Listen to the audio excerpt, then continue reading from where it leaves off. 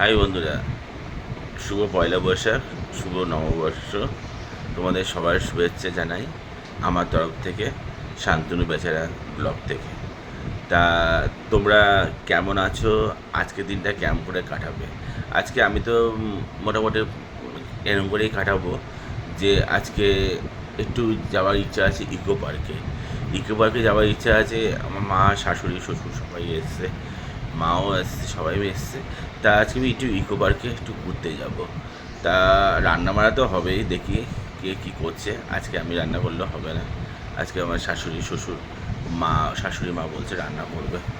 বাইরে থেকে কী নিয়ে এসছে সেইগুলো হবে। তাছাড়া আমার মাও আছে।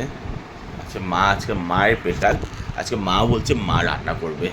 মা তুমি কী রান্না করবে বলে দাও।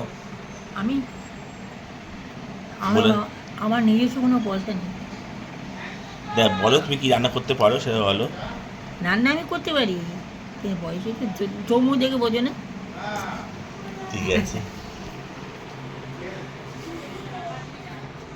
তা আজকে আমার শাশুড়ি মা আজকে রান্না করবে। সেই শাশুড়ি মা আজকে রান্না করবে। শাশুড়ি মা রান্না করবে না। আজকে মাংস নিয়ে এসছে, মটন কষা। যে আমার জামাই রান্না করবে, আর মটন নিয়ে এসেছি। জামাই সুন্দর মটন রান্না করতে পারে, হেভি টেস্টি হয় জামাইয়ের হাতের রান্না, বুঝেছেন ঠিক আছে, আপনারা দেখা যাবে। বন্ধুরা? তারপরে আমরা মাকে নিয়ে ডাক্তারখানায় যাবো। মাকে নিয়ে না, মানে